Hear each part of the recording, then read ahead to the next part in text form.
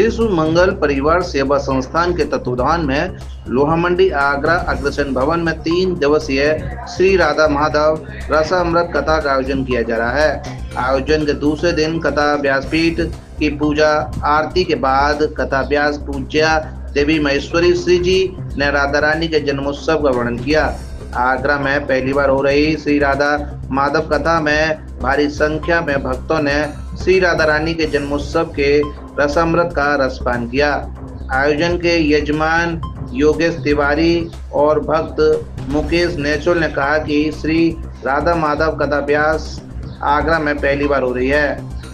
राधा कृष्ण के दीवाने भक्त भक्ति और आस्था का रसपान कर रहे हैं। बहुत बड़ा परम सौभाग्य है मेरा ही नहीं अपितु पूरे विश्व का कि आगरा में प्रथम बार श्री राधा माधव की कथा का जो आगाज हुआ है तो हमारे लिए बहुत ही प्राउड की बात है।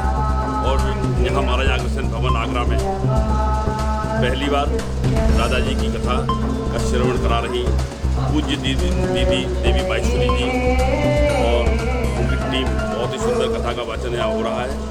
आज कथा का द्वितीय दिन है और मैं ये कहना चाहता हूँ वैसे आस्था पर लाइव चल रहा है, कुछ लोग उधर भी देख रहे होंगे, लेकिन हमारे मीडिया भाइयों के सहयोग से मैं पूरे आगरा को ये संदेश देना चाहता हूँ राधा माधव कथा में आकर के पुण्य लाभ कमाएँ। और हमारे बहुत ही आगरा शहर के लोगों ने बहुत विशेष सहयोग किया है और इसकी मुख्य भूमिका में रहे हैं रसोई स्वाद मसाले आगरा से।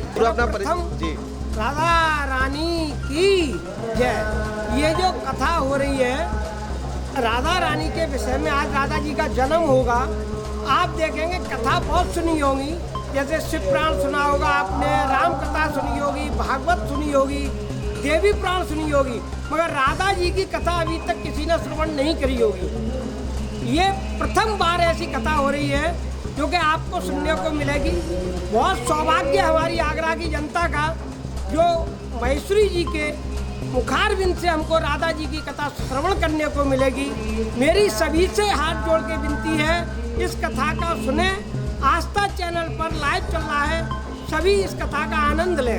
राधा रानी के तो ये समझ लो अमृत बरस रहा है। ये मान लीजिए आप अब आज कल से पहले आगरा के अंदर इतनी भयंकर गर्मी थी कि पंछी पशु प्राणी सभी बेचैन थे, मगर कल ही राधा रानी की कथा प्रारंभ हुई और प्रभु की कृपा से ऐसी बारिश हुई कि जलमग्न हो गई दुनिया। ऐसा लग रहा था अमृत बरस रहा है।